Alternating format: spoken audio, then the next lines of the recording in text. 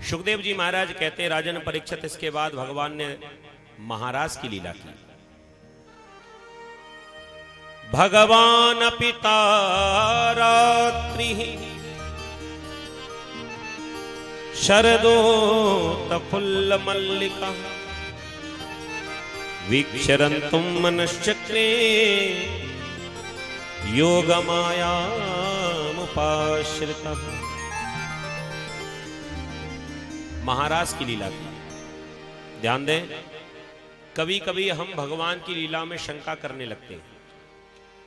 कभी कभी हो सकता है हमारे मन में ऐसा भाव आ जाए कि भगवान ने ये लीला गलत की। हो सकता है हमारे मन में आ जाए, भगवान को रासलीला करने की क्या आवश्यकता थी।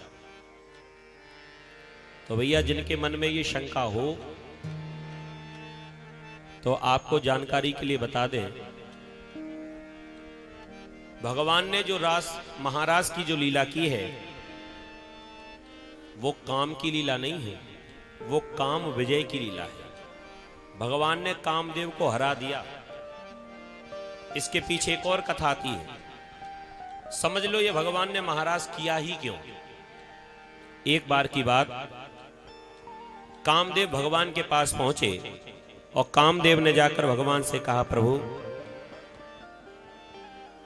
मैंने संसार में सभी को हरा दिया, ऐसा कोई नहीं जो मेरे चंगुल से बच गया हो, मैंने किसी को नहीं छोड़ा। लेकिन महाराज कभी आपसे हमारे दो दो हाथ होने का मौका नहीं पड़ा। कभी ऐसा मौका पड़ जाए, ऐसा हमें अवसर मिले कि आपसे हमारा युद्ध हो जाए, मैं आपसे युद्ध करना चाहता हूं। भगवान मुस्कुराकर बोले कि भाई हमसे लड़कर तुम्हें क्या मिलेगा।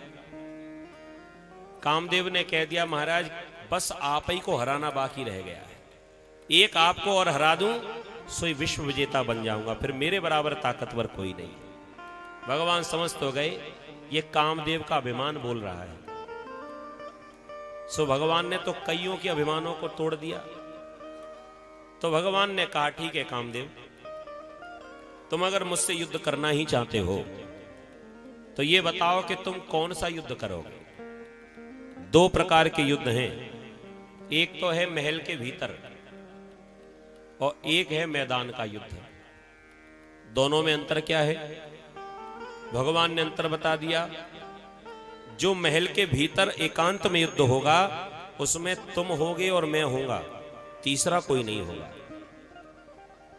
और एक युद्ध, वो युद्ध है मैदान का युद्ध।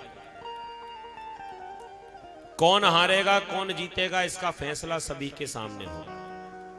अब ये बताओ कि तुम्हें कौन सा युद्ध चाहिए।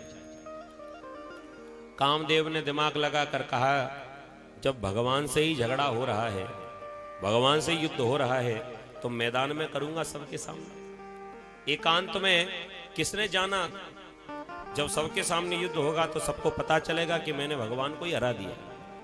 कह दिया कि मैं तो मैदान का युद्ध करूंगा महाराज। भगवान ने कह दिया ठीक है, तो शरद पूर्णिमा की रात्रि को आ जाना, जब चंद्रमा अपनी समस्त कलाओं से शोभित होता है।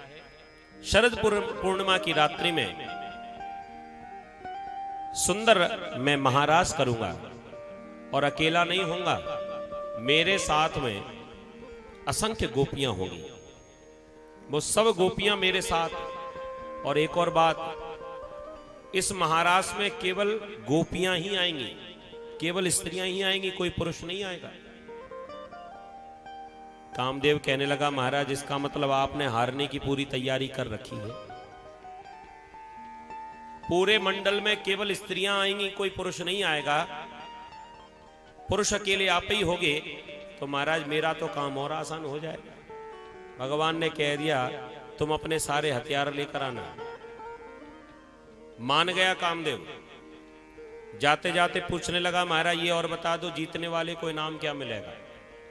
भगवान ने कहा, युद्ध की इच्छा लेकर तुम ही आए हो तो तुम ही बताओ क्या चाहिए तुम्हें। कामदेव ने कहा, महाराज जो हारेगा वो बेटा बनेगा और जो जीतेगा वो पिता बनेगा। मैं हारूंगा तो मैं आपका बेटा, और आपको हरा दिया तो आपको मेरा बेटा बनना पड़ेगा। भगवान ने भी स्वीकार कर लिया और भगवान ने महाराज की तैयारी की।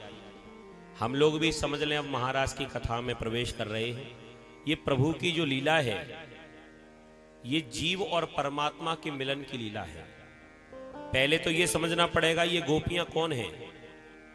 ये गोपियां कोई संसारी स्त्रियां नहीं हैं। ये सब की सब जो गोपियां हैं ये वेद की ऋचाएं हैं। ये वेद की ऋचाएं ही सब गोपियां बनकर प्रकट हो गई ब्रज में। और जो भगवान हैं वो भगवान योगेश्वर हैं। तो भगवान की लीला में कभी भी शंका मत करना प्यारे। इतनी सारी गोपियों के साथ में नाचते रहे, लेकिन कामदेव भगवान का पीतांबर पकड़ नहीं पाया। भगवान ने कामदेव को हरा दिया। हमें प्रभु की लीला को समझना चाहिए। और दूसरी बात, भगवान की लीला में यदि जाना है, प्रवेश करना है, तो अपने भीतर गोपी भाव लेकर आना। थोड़ी देर के लिए भले ही आपके आधार कार्ड में कुछ भी नाम लिखा हो, लेकिन थोड़ी देर के लिए जब जितने यहां पर बैठे हैं कथा में, माताएं तो सब अपने आप को भगवान की गोपियां समझें ही, लेकिन भाइयों से भी निवेदन है कि थोड़ी देर के लिए हम भी भगवान की गोपी ही बन जाए। ऐसा मन में भाव बनाए। केवल भाव बनाना है, रूप नहीं बनाना, केवल भाव। और जब तक गोपी नहीं बनोगे तब तक भगवान की इस महाराज की लीला में प्रवेश नहीं मिलेगा। आप लोगों ने कथा में तो सुना ही होगा, सब जानते हो। अरे भोले बाबा को भी एंट्री नहीं मिली, इन्हें भी गोपी बनकर ही नाचना पड़ा। तो जब भोले बाबा जैसे महान, जो भगवान के इतने बड़े भक्त हैं, वो भी भगवान के साथ में गोपी बनकर ठुमक ठुमक कर नाच रहे हैं, तो भैया जब भोले बाबा को एंट्री नहीं है तो हम लोगों को कहां मिलेगी।